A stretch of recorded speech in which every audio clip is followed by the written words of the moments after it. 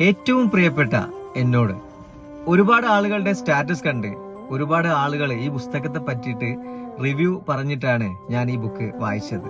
ഏറ്റവും ഇഷ്ടപ്പെട്ട കുറച്ചു പേരുടെ പേര് പറയാൻ പറഞ്ഞാൽ നാം എത്ര പേർക്കൊടുവിലാണ് നമ്മുടെ പേര് പറയുന്നത്? നമ്മളൊരു കോളേജിലോ അതല്ലെങ്കിൽ ഒരു കല്യാണത്തിലോ പോയിട്ട് ഒരു ഗ്രൂപ്പ് ഫോട്ടോ ഒക്കെ എടുത്തു കഴിഞ്ഞാൽ നമ്മൾ ആദ്യം സൂം ചെയ്ത് നോക്കുന്നത് നമ്മളെ തന്നെയല്ലേ? കാരണം നമ്മൾക്ക് ഏറ്റവും ഇഷ്ടം നമ്മളോട് തന്നെയാണ്.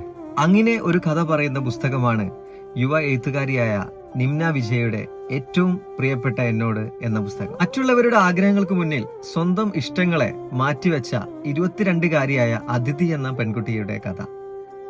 അവളുടെ വർക്ക് പ്ലേസിലും വീട്ടിലും മാനസികമായും ശാരീരികമായും അവൾ അനുഭവിച്ച വേദനകൾ, അവളുടെ നഷ്ടപ്രണയങ്ങൾ, ആരും കൊതിച്ചു പോകുന്ന ലയ എന്ന് പറഞ്ഞ സുഹൃത്ത്.